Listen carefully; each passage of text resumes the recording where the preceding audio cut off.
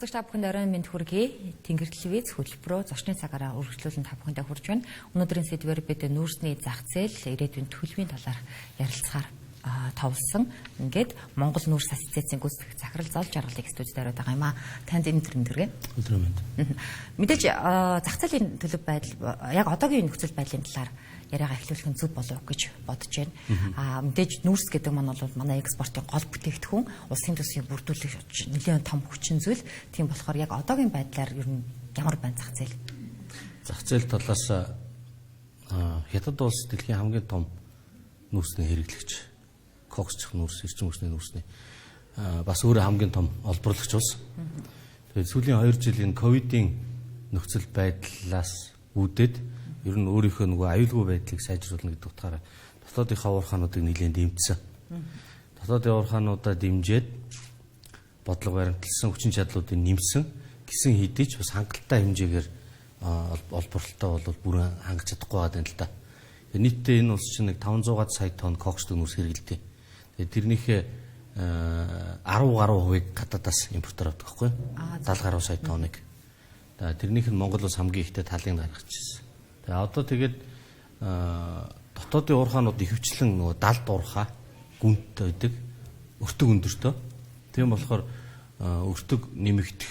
Тэгээд гинтийн одоо сүүлийн үед нөгөө ковид дахиад дэгдээд эхлэхдээ зэрэг зарим уурхаа дээр ажилчид нь ирж очих процедурууд нь хүндрэнтэй, үйл ажиллагаанд доголдно. Тийм болохоор нэг талаасаа найдвартай хангалт, нөгөө талаасаа өртгөө тодорхой түвшинд барих зорилгоор импортын худалдааг бол байнга явуулдаг.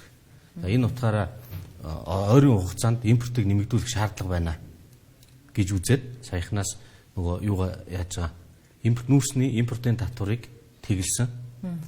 Хоёр төрлийн нүүрсний импортын татвар үүдэг. Нэг нь коксдог нүүрс, нөгөөх нь эрчим хүчний нүүрс. Тэгээ нэгэнд нь 3%, нөгөөд нь 6% импортын татвар тавьдагсэн. Тэрийг 1 жилийн хугацаанд ингэ тэгэлчихэж байгаа. Тэгээд энэ маань яг хуу тэр улсын хувьд бол гаднаас авах нүүрсээ нэмэгдүүлэх шаардлага байна гэдгийг харуулж байна л да. Хангамжаа доктортой болох шаардлагатай байна. За үүнийг дагаад үн бол одоо бүр хангалттай өндөр түвшинд хүрчээд байгаад байна. Эргэлт нь өндөр байна. Хангалт нь жоохон эргэлзээтэй байна. Тийм болохоор импортоо нэмэгдүүлэх юм сонирхол эднэрт бол байна. Энэ манай хувьд нүүрс нийлүүлдэг улсын хувьд бол мэдээж одоо эерэг дохоо. Гэхдээ бид нар эндээс ямар үр ашиг хүртэх вэ гэвэл за бараг л үр ашиг хүртэхгүй болов. Яагаад гэхээр хятадын нүүрс худалдаж авч байгаа тэр бизнесийнхэнд бол ашигтай. Одоо Монголоос нүүрс оруулаад тоон тутам төлж байгаа хятадын төр төлж байгаа татвар нь багуулчихж шүү дээ. Манай хувьд болохоор бид нар нүүрс гаргах нөөц боломж бол хангалттай их байна. Эрэлт нь байна. Гэтэ бид нар хилээрээ гаргаж чадахгүй шүү дээ. Ингээд тэнд очиж бөглөгчээд байгаа байхгүй. Тэгэхээр үр ашиг нь хүрдэх нөлөө бол маш бага болчиход байна л да. Тухайлбал тээврийн компаниуд ч гэсэн тээвэрчид ч гэсэн энэ талаар дуугарч эхэлж байна штэ. Өдөрт яг ингээд тээвэр зөксөнгө байдалд орсноос болж 6.6 тэрбум төгрөгийн алдагдлыг нэг өдрийн дотор бид нар хүлээж яана гэдэг ийм одоо эсэргүүцлийг өрнүүлж байна штэ. Тэгэхээр энэ маань бас тэр одоо логистикийн асуудлаа шийдэж чадахгүй байгаагийн нэг илрэл юм болов. Тий. Яг үнэ. Одоо тээвэрчид өдөрт 6 тэрбум төгрөгийн алдагдал хүлээж яана гэдэг ингэж байна. Монгол улс энэ логистикийн шийдэл байхгүйгээс болоод одоо өнгөрсөн 10 жилийн тэргээ бид нар ярьдаг тэрийг болий. Зүгээр 21 онд дор хаяж 1 тэрбум долларын борлуулалт бол нүүрсний орлогоос алдсан. Улсын хэмжээнд. Тий. Энэ бол юун өдрийн 6 тэрбум төгрөг. Тэгээ эндээс хин алдаж яана гэхээр хамгийн наад зах нь тий. За нүүрсний уурхаанууд алдаж байгаа. Худалдааны компаниуд алдаж байгаа. Жолооч нар алдаж байгаа. Монгол улс алдаж байгаа. Тэгээ цалин савууд итгэвч идэвхжиж авдаг бүх хүмүүс наран тул дээр 8 хийдэг бүх хүмүүс алдаж байгаа. Асуудал нь бол тээвэр логистикийн дэдвүтс маань хангалттай биш байна. Уурхаагаас нүүрс зөөж аваачаад хэдлийн наан ингээд нэг буулгадаг. Би одоо 5 толгойн жишээ яриа л. Цагаат гэдэг нэг юм байгууламж талбай. Тэгээд энэ дээрс цаашаа нэг 20 км яваад хилд авдаг. Энэ 20 км газар нь мянган машин хангалттай баггүй. Уул ингээд нормал ажиллагааны үед хэдэн мянган машин байгаа. Аварцсан. Тэгээ бас тэр тоог нь хянах гэж энэ манай яамнаас тусгай зөвшөөрөл, зөвшөөрөл энэ зөвлөн олгох. Гэтэ тэгэл Тэгээд гарч чадахгүй учраас өртгөн нэмэгдэн шүү дээ. Чинь байнга явж явах хүмүүс чинь сардаа нэг гарна, заримдаа 2 сар болно. Тэгээд ирэхээр нэг өртгөн маш их өндөр нэмэгдээ. Дээрээс нь аль аль талдаа нэмэлт зардал, төлбөр, авилгын асуудлууд ч ярьдаг юм билээ. Ингэсээр гад 1 тонн нүрсийг 20 хэдэн километр гаргахад $300 үрж исэн. 1 тонн нүрсийг 20 хэдэн километр болгоход өнөөдрийн байдлаар леврийн зардал өнөөдрийн байдлаар $200 байна. Ердөө 20 хэдэн километр аз явуулахад. Тэгэхээр эндээс болоод юу болдгоо гэхээр хилийн цаана нүүрсний үний юм сайхан өндөр байна. Та зүгээр төсөөлөлтөө $100 хэдэн байсан нүүрс ингээд сүүлийн 1 жил гараа айгүй өндөр өсөж $400 болчлоо. Тэгээд зөрүү нь $300 болохоор тээврийн зардал нь $300 болчихно. Тэгэхээр Монголын уурхай дээрх үн өсөхгүй шүү дээ. Ийм байдлаас болоод тэнд яг хаашаа ороод байгааг нь мэддэхгүй. Дими нөгөө хүлээж, даарч, одоо машина хаалгаж яасан түлшний зардал те гэр бүлээсээ хол сар амьдарч байгаа хүний уур бухимдал одоо бүхэл зардал хоолонд дээрээс нь тэгэл тэр үл ойлгогдох зардлууд нийлээд Монгол улсын авах ёстой мөнгийг байхгүй болгоод байгаа байхгүй юу? Сая тонн нүрсийг $300-аар бодоход $300 сая доллар мөн үү? Тий. $3 сая бол 1 тэрбум бараг. Ингээд ийм хэмжээний мөнгөөр алдсан. Одоо ч алдсаар л байна. Тэгэхээр энийг дагаад бухимдлууд нь дөрөөд идэг. Уурхайчд яагаад нүүрсээ юм хямдхан зараад байна вэ гэдэг.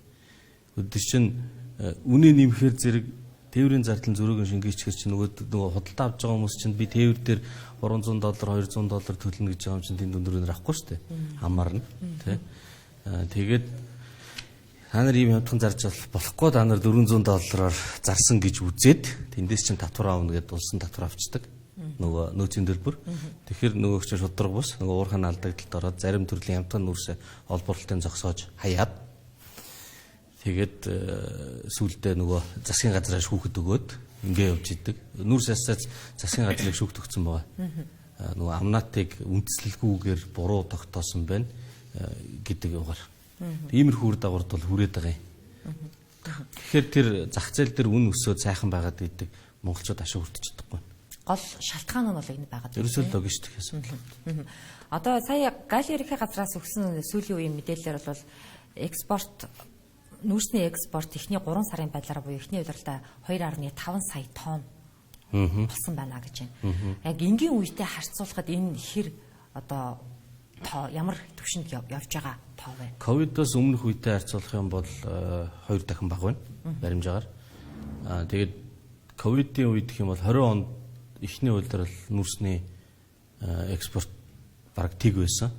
Тэр нь болохоор энэ удаа бол хятадын талаас нэвтрэлтийг их баг гаргаж байгаа. 20 онд бол манайх өөрсдөө 100% хаацсан шүү дээ. Ковид гарангууд хилээгөө зогсооцсон. Тэгээд тэг байсан. 21 онд бол өнөөдрийнхөөс арай жоохон ер нь ойролцоо байсан дөө. Нэг олигтой бол байгаагүй. Ерөнхийдөө иймэрхүү байсан. Гэтэ мэдээж төсвийг бүрдүүлэгч одоо гол экспортын бүтээгдэхүүн бол нүрс. Гэтэл одоо төсвийн орлогыг одоо нэмэгдүүлээл жил болгон өөдрөг төсөөл хийгээл хиймлэр одоо ийм тоо тавиал тий өөдрөг төсөөл тавиад ийм төсөв баталдаг шүү дээ тий. Энэ юу н хэр хор уршигтай юм бэ? Эдийн засгийн асуудал баха нүүрсний удирдлагаас илүү тийм. Тэгэхээр эдийн засаг улсын төсөвт бол мэдээж үндэслэхүй төсөв тавих нь алдагдaltaй байх л та. Чинь төсвийн алдагдал гэж юм гарна шүү дээ тий. Тэгээд тэрийг нөхөн тэгэл зээл болно, их усүр нэмэлт их усүр хэрэгтэй болно, бүгдээрээ хувааж төлнө тий. Мөнгө хөвлөд дараачих юм бол инфляц гэх юмнууд байгаа бах. Нүүрсний зүгээр салбарт худалдаатай холбоод хэлэхэд төсвөө орлогоо зарлагаа өндөр тавихын тулд орлогоо өндөр болгодог нэг ийм буруу зуршил тогтцсон байгаа даа шүү дээ манай улсад. Тэгээ орлого бол өндөр хангалттай боломжтой. Ягаад гэвэл бүгд найрамд хятад улсад нүүрсний эрэлт хэрэгцээ ийм өндөр байна. Үнийн хар ийм өндөр байна гэд тиймэрхүү тайлбар хийгээд нэмждэг. Гэтэл тэр зах зээл манайхны байж байгаа байдлаас болоод биднээс тусдаа яваад байна. Тэр зах зээл дээр явж байгаа үнийн өсөлт үр ашиг бид нэр хүртэж чадахгүй. Ягаад тэр хил дээрээ очоод ингээд багал зурдан дээрээ богдчоод гацчихад байгаа байхгүй. Тэгэхээр энэ болж байгаа ажлаа сайжруулъя гэд засгийн газрын нөгөө шин сэргэлтийн бодлого бомбтоо сэргээ идэргээд байгаа шүү дээ. Санаасх нь бол нэг зөв юм байна. Тэгээд нэг л олигтой явж өгөхгүй байгаад их юм. Одоо жишээлбэл сая одоо шивээ хүрэн хаалттай хэвээрэл байж штэ. Байж байна. тий. Тэгээд ингээд бомбтоос сэргээгээд гэтэл чинь ингээд бомбтууд ингээд хаалттай байгаад ахаар юу н асуудлыг яаж шийдэх вэ? Одоо за хоёр гашуун сухад хамгийн том бомб нь шивээ өрн бас ялгаагүй 40 гаруй гардаг том бомб.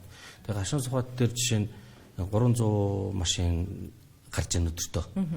100 200-аас одоо 300-аас арай жоохон нэмэгдэж байгаа юм шиг нааштай харагдаад байгаа. Гэхдээ ердийн байдалтай харьцуулбал жоохон тоо. Хоёрдугаарт нь ийм контейнер терминал гэдэг өнгөрсөн жил хөрөнгө оруулаад байгуулсан хил дээр. Тэр нь болохоор нөгөө ковидоос үл хамааран хүн хоорондын харьцаа байхгүй. Нүрсэ контейнерт эзэн каранаар өргөөд хаттын машин дээр тавиад явлаа гэж жолооч нар яддаг байхгүй.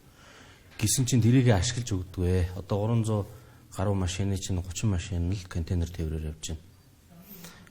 Эрдэнэс таван толгой сүүлийн үеийн нэг хоёр гэрээн дээрээ зарлцсан байна лээ. Гашуун сухад нөхцлөөр гээд. Тэгэхээр өөрөөр хэлбэл уурхай ам биш контейнер тээврийн терминал хүргэж буулгаад тэндээсээ хил давуулна гэсэн үг. Ингэх юм бол нөгөө түрүүний хоёулагийн ярьдаг 20 хэдэн километр юунд яваад байгааг нь мэддэхгүй амар зардал байна шүү дээ. Тэр нь багасгах учиртай. Тий. Нүрсээ уурхай амаар биш гашуун сухад бүр чадвал ганц мод гэдтэй. Тийм нөхцлөөр манайхан гэрээгээ байгуулах юм бол тэр тээврийн замбраагүй хаашаа удаа мэдхгүй Монголд үлдэнэ.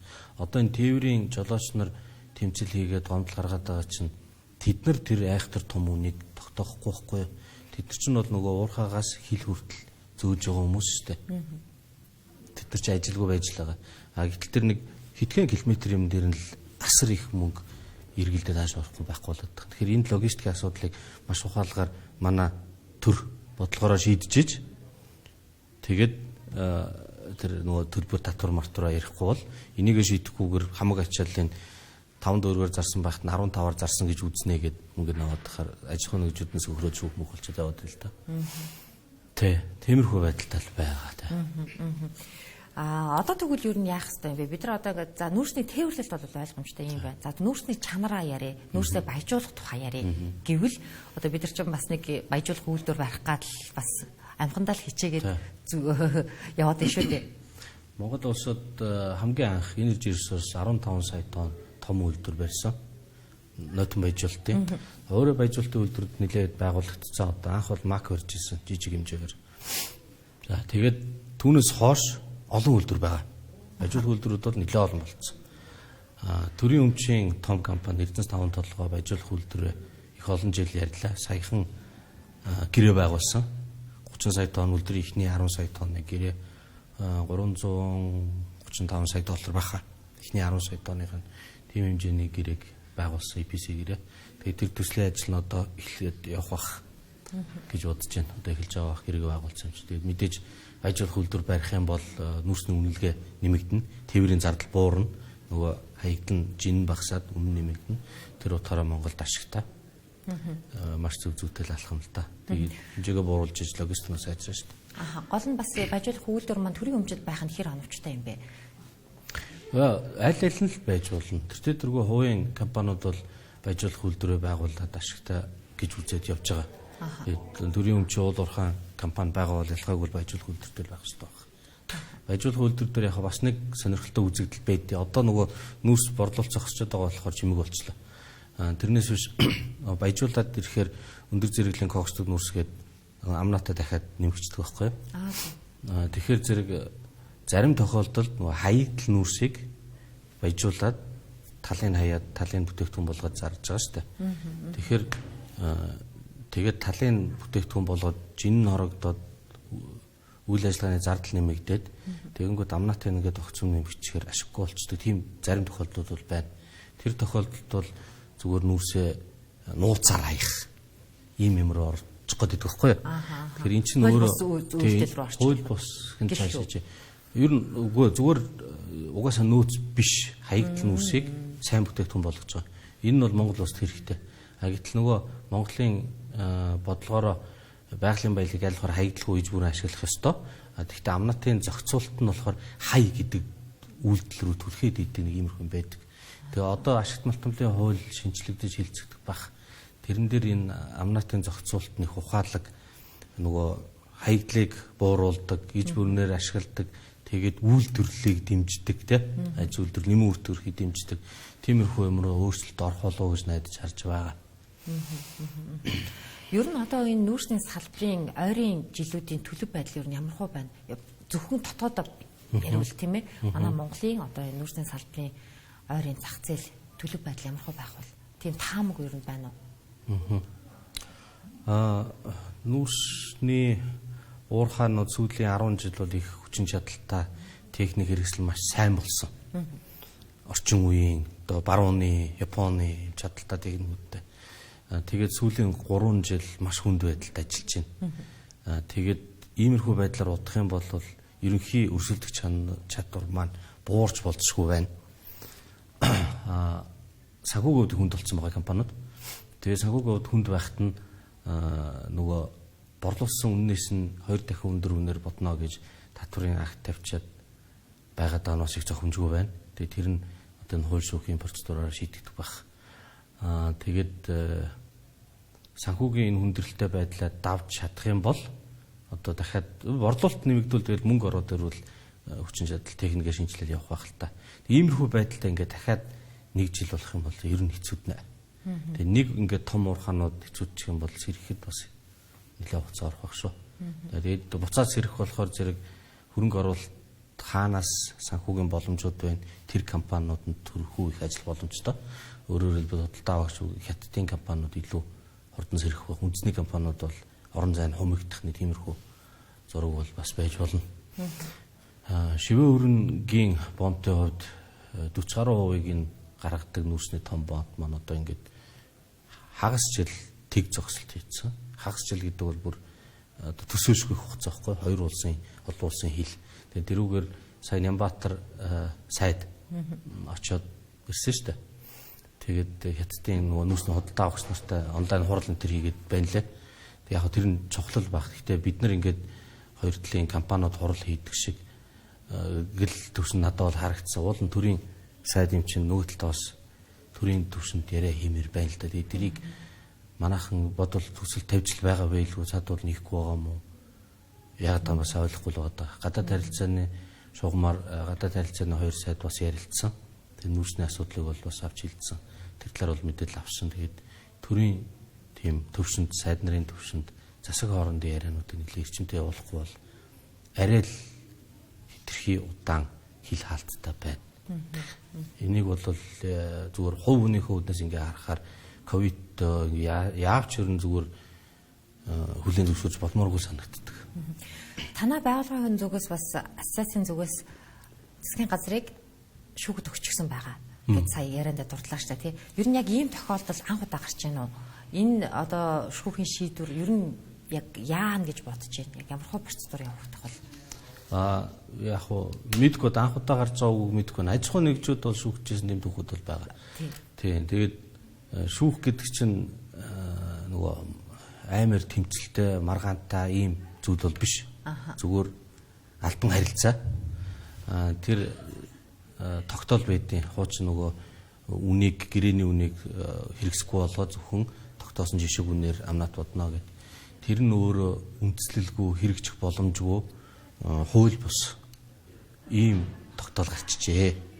Тэрийг тэр үед гаргасан хүмүүс нь алдаа гаргасан байна гэдэг үндслийг нь гаргаж тавиад захиргааны хэргийн шүүхт хандаад тэр нь тийм үндсэл бол байгаа юм байна гэ хэрэг үүсээд нөгөө талаас сангийн амнаас нөгөө хариуцагч томилогдоод хариу тайлбар бичээд тиймэрхүү процедуртай явж байгаа. Тэгээд энэ бол би бол энэ хэвийн үзэгдэл шүүхээр шийдвэр гаргах ёстой. Хэрвээ тэр засгийн газрын гаргасан тогтоол нь хууль бус дээрээс нь салбарыг боомлсон цаад утгаараа 2 дугаар зэрэглийн чанар муутай нүүрсийг зархаар одоо орлогынх нь 30-40%-ийг амнат болоод авчихаар хай гэж байгаа юм шиг юмруу түлхсэн. Тэр утгаараа Монголын нийтийн өмчийг одоо иргэдийн баялагийг үнгүүдүүлж байгаа. Уул уурхайн салбарын эрх зүйн орчныг хэрэгжих боломжийг нь хааж байгаа. Ийм буруу зүйл байх юм бол урт хугацаанд салбараа эрүүл байлгахын тулд өөрчлөх шаардлагатай. Тийм болохоор энэ бол хэвийн үзэгдэл аль аль тал нь ажил хэрэгцээл хандж байгаа л гэж бодож байна. За тэгэхээр одоос нүүрсний дэлхийн зах зээлийг ярих хэрэгтэй болоо гэж бодож байна. Бид нар хэдийгээр ингээд дотооддоо уулзраа олохгүй, логистикийн асуудлаа шийдэж чадахгүй байгаа ч гэсэн дэлхийн зах зээлийг бас харах ёстой шүү дээ, тий. Улс орнууд ч гэсэн нүүрсний хэрэглээгээ багасгах, одоо эрчим хүчийг нүүрснээс гаргаж авахаа багасгах ч гэдэг юм уу, тий. Ийм одоо зорилтуудыг тавиад явж байна. Ер нь ойрын 10 жилдээ нүүрсний зах зээл хаашаа эргэх бол ямархуу байх бол? За ойрын 10 жилдээ гэж асуусан баярлалаа. Яг тэгвэл арай нөгөө бодтойгоор асуудал танд хэрэгтэй шүү дээ. Тий. Тэгээ бүр хит юм ансан юм ярихаар жоохон хийзүр болчиход байдаг. Тэгэхээр ойрын 10 жилдээ бол нүүрсний эрэлт хэрэгцээ маш өндөр байна. Эргэлзэх юм байхгүй. Ягаад тэгэхээр энийг саяны дайны өмнөөс манайхан ч бас судалгаа хийлгэжсэн, гадны прогнозууч байсан. Монгол улсын экспортын гол юм бол нүүрс байна. 10 жилийн хугацаанд бол нэг айхтар том одоо бууралт эрэлт буурах үзэгдэл байхгүй. Тийм учраас дид үтсээ сайн тавь. Нүүрсээ экспортол, орлогоо ол тэрүүгээр улсаа хөгжүүлэх ерөнхий иймэрхүү зөвлөмжүүд олон улсуудын байгууллагаас гарсан байдаг. Одоо саяны Украин Оросын хямрал тэгээд эн чинь үр цаагаараа дэлхийн эдийн засгт аягүй том үр дагавар авчрах гээд байна. Тэгээ энээс болоод байгалийн хий хангамж Европ бурангууд төрчин хүчний өсөж байгааж байгалийн хий нефт нүүрс гэдэг бол нүүрс байгалийн энд чинь нэг л төрлийн хүүсвэрүүд учраас нүүрс нь дагаад өснө. Олон улсад эрэлт нь нэмэгдэнэ. Хятадч тэр мэдгэж байна. Одоо нүүрс нь бол маш өндөр болж байна. Тэгэхээр энэ бол цаашдаа ойрын 10 жилд өндөр хിവэрэ байна л гэж бодож байгаа. Тэ. Олон улсын зах зээл дээр гол нөгөө нийлүүлэгч Орос улбаны улстай юм том конфликт үүсчихэж байгаа болохоор. Тийм болохоор нүүрсний зах зээл бол цаарагдж байгаа. Ковидоос болоод сүүлийн 2 жил эрчим хүчний үйлдвэрлэл өссөн. Нүүрсний ижлэх хөө бас өссөн. Энэ бол дэлхийн нийтээрээ. Нөгөө талаасаа нөгөө уур амьсгалын өөрчлөлт. Уур амьсгалын өөрчлөлт бол тулгамдсан асуудал. Тэгээд тэрний дагуу нүүрс нэрэлээ бууруулах юм одоо хичээл зүтгэлүүд бол зөндөө байгаа. Тэгээд тэгтэл наан ингээд дайн байлдаан том эдийн засгийн хамрал болоод ирэхээр юун одоо уур амьсгалын өөрчлөлт гэдэг хоёрдугаар зэрэгт очих нэг юм эрсдэлтэй жилэх юм байгаад байна л да. Тэгвэл яг тодорхой хэмжээнд бас хянаад нөгөө юугаа барих л байх. Тий, тодорхой хэмжээнд хянаад барих байх. Тэгэхээр нүүрсний урт хугацаанд бол нүүрсний хэрэглээ нэх буурахгүй тогтвортой байна. Өсөлтийг нь бол огцом өсгөхгүй тулд одоо санхүүгийн ногоон хөгжлийн юм механизмуудаар өсөлтийг нь барьж өөр их усруудыг оруулж ирэх тал руу хандах байх. Тэгэхээр бидэнд бол боломж байна. Нүүрсээ зарах, гаргах ингээд маш олон боломж байна. Өндөр үнэтэй байгаа дээр нь өндөр үнээр худалдах ч гэсэн боломж байна. Зөвхөн бид нар дотооддоо асуудлаа шийдэх юм одоо асуудал байгаа юм биш үү дээ. Тий, ер нь нөгөө нүүрс гэдэг чинь түүгээд штэ. Тэгэхээр бид нар баялагтай гэд байх юм бол юу ч болохгүй. Одоо тэрийг мөнгө олохын тулд логистик хэрэгтэй. Тэр нь байхгүй болохоор ямар ч нэмэргүй л байхгүй. Тэгэхээр логистиктэй л онцгой анхаарал хандуулж хурдхан шиг төмөр замуудаа олбох хэрэгтэй байна те. Тийм тэгээд тэр байгуулсан терминалуудаа нормал ажиллагаанд оруулах хэрэгтэй байна. Тэгээ хоёр улсын хоорондын Хятад Монголын хоорондын яриануудыг төрийн дээд түвшинд хийж нүүрсний экспортын, импортын хэмжээгээ тохирох. Эднэрийг хийж чадах юм бол зах зээл бол хангалттай байна. Нүүрсний зах зээл урт хугацаанд хятад ч гэсэн буурнаа. Ер нь нүүрснээс одоо ингээд татгалзах гэсэн юм бас яриад идэв. Тийм юм бол байхгүй. Яг тэрийг асуух гэж байлаа. Хүмүүс тэгээд идэг штэ. Одоо бид нар энэ нүүрсний зах зээлээ нүүрсээ ингээд одоо үйлдвэрийг, нүүрсний эрчим хүчийг дэмжих биш. Харин бүр зүгээр түүхээр гаргасан чигээрээ байж агаад л одоо бусад их усүрээс их эрчим хүчээ авдаг болох тий бусад их усүрүүдийг дэмжих хэрэгтэй гэдэг дээр нөгөө хүмүүс нэг хэсэг хүмүүс ингээд нэг юм санал нэгдээд байдаг. Тэрийг харин яг асуух гэж байлаа. За нэгдүгээрт нь тэр хятадын нүүрсний хэлбэлцэл нь одоо ганц сарын хэлбэлцэл Монголын жилийн экспортын орлоготой тэнцвүүц экспортын хэмжээтэй тэнцвүүц хэмжээний хэлбэлцэл явагддаг. Тэгэхээр логистик сайн байх юм бол тэр том улс чинь нүүрсний хэрэглээ нь буурсан ч ялгаагүй тэр нэг жижигхэн хэлбэлцэл нь биднэрт асар том нөлөөтэй учраас тэр дээр нь тоглохын тулд хэдэн 10 жилдээ бэлэн байх шүү дээ. Тэгээ байнгын борлуулалт бол байгаа нүүрс. Хоёрдугаарт нь дотоодын эрчим хүчний их усвэлтэй нар салхи ус хамгийн чухал байна. Усан станц барих гэхээр зэрэг том станц хойд өршмөн ингээд зогсоочод идэг. Жижиг станцууд барих гэхээр олон улсын ногоон хөгжлийн байгууллага санхүүгийн юмнууд жижиг усан цахилгаан станцыг дэмжиж өгдөг. Би тэрийг нь бас гайхаад ит. Усан цахилгаан станц байхгүй бол нар салхиар нэмэх боломжгүй байхгүй. нөгөө зохицуулах хэрэгтэй. Илүүдэл цахилгаантай үед нь шингээгээд дутуул ингэн тий. Тэгэхээр тэрийг хийж ээж дараа нь нар салхи харна. Нүүрсний станц байхгүй байна гэдэг бол жоохон эрүүл биш логик. Бид нар ч хүүтэн өвөл дулаан хэрэгтэй, юм шатаах хэрэгтэй шүү дээ. Тэгээд аймгийн төв, сумын төвүүд чинь дулааны станц хэрэгтэй байхгүй, уурын зуух хэрэгтэй. Уурын зуух юм шатаагаа дулаан гаргаж байгаа бол тэр гарсан дулааныхаа талаар нь гэж хэлээ л да бүтүүлгээр цахилгаан гаргана. Тэгэхээр нүүрсний станцууд бол Монгол байх ёстой. Байхдаа заавал ийм том одоо хөрөнгө оруулалт нь шийдэгдэхгүй тийм биш. 50 мегаватт, 25, 100 одоо жижиг дунд хэмжээний тэгээд нар салхитайгаа нүүрстэйгээ ингээд олон төрлийн магадгүй тэр мобиль цөмийн реакторч байж болохыг үүсэхгүй шүү дээ. Олон төрлийн харьцангуй хагас хараат бие даасан ийм их усрууд Монгол орнд хоёр байх шаардлагатай байгаа. Тэгээд тэр утгаараа бол нүүрсний станц бол модноос гарахгүй байх шүү дээ. За урилгыг хүлээж авч ирж ярилцсан танд баярлалаа. Ажилд нь амжилт хүсье. Баярлалаа. Өдөртөө бид өнөөдрийн сэдвээ өндөрлүүлж байна. За өнөөдөр бид нүүрсний зах зээл төлөвийн талаар Монгол нүүрс ассоциацийн гүйцэтгэх захирал Зол Жаргалтай ярилцсан юм а. Хамт байсан баярлалаа.